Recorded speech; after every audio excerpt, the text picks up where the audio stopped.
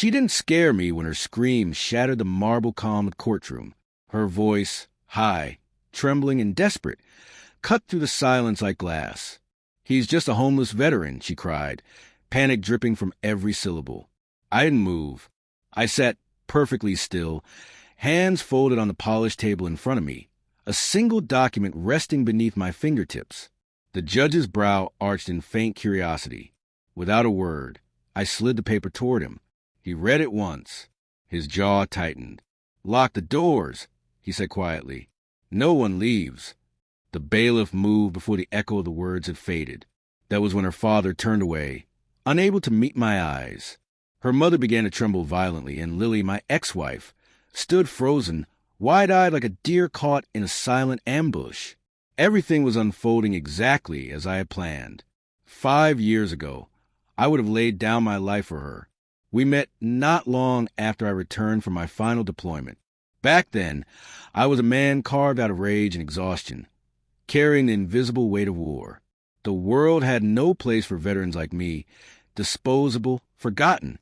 But Lily, she was warmth incarnate. She had this way of looking at the broken parts of you, like they were still worthy of love.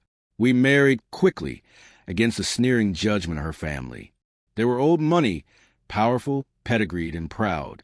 To them, I was a stray dog she picked up out of pity. But Lily always told me love didn't care about bloodlines or bank accounts. I believed her. I built us a life from the ground up, launched a security firm, landed solid contracts, quietly succeeded. I thought loyalty meant to her what it meant to me, until the night I walked into my office at 2 a.m. and found her with another man, her father's junior partner. The same smug face that used to call me sir across family dinners, now buried in her neck like I hadn't existed at all. They didn't even notice me standing there. I didn't speak, didn't shout. I just walked away, unseen, and something in me turned cold, not the kind of rage that burns. No, this was quieter, cleaner, like a wire drawn tight behind calm eyes. From that moment forward, I began to plan. People think a silent man is broken, that stillness means surrender. They're wrong. I filed for divorce, contested nothing, gave her everything, cars, house, assets. She smiled across the courtroom, thinking she'd won. Meanwhile, I disappeared, quietly stepped down from the company, appointed a proxy, moved every asset overseas. She told her friends she'd drain me dry, but I wasn't drained. I was focused. Her lover? He was drowning in gambling debt. Her father? Already under federal investigation. For the next 18 months, I tracked everything. Offshore accounts, fake charities, dirty money moved through back channels. Every lie, every betrayal. I gathered them like nails for a coffin. Then, like clockwork, she summoned me back to court, this time demanding alimony. Played the victim. Claimed I abandoned her for a homeless veteran I'd been foolishly supporting. She even gestured mockingly to the man, sitting quietly at the back of the courtroom. She didn't know who he really was. He wasn't homeless. He was my former commanding officer, the man who taught me how to read battlefields and people. For 2 years, he followed her and her family's every move, collecting evidence, recording transactions, watching from the shadows. The document I handed to the judge wasn't a plea. It was a detonation.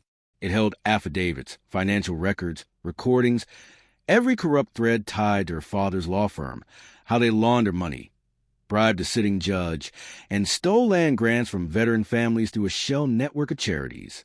Her name and signature were all over the authorizations. The judge read in silence, his expression hardening with each page. "Lock the doors," he said again, softer this time, and the courtroom erupted, chairs scraping, gasps rising like steam. Her father sank in his seat, muttering to himself. Her mother pressed trembling fingers to her lips. And Lily just looked at me, really looked at me, for the first time in years. There was no hate in her eyes, only shock and horror. Federal agents arrived before the judge even stepped off the bench. Her father's empire unraveled in less than a week. Her lover was arrested on racketeering charges. Her mother checked into a private clinic for exhaustion. Lily cried in court, swearing she didn't know what she was signing. But judges don't forgive when every page bears your name in ink. 5 years. No parole.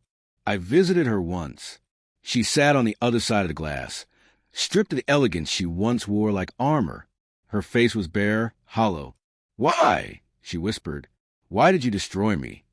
I leaned in slowly, voice calm, eyes steady. "You destroyed yourself," I said. "I just showed them where to look." Her tears slid down silently as I stood and walked away. I never returned. These days, my life is quiet. My company thrives under new name. My old commanding officer now runs a veteran outreach center, fully funded by a charitable trust created from the very money Lily thought she'd taken from me. Some call it revenge. I call it balance. Because true justice doesn't scream. It simply waits, silent and steady, until the moment it cannot be ignored.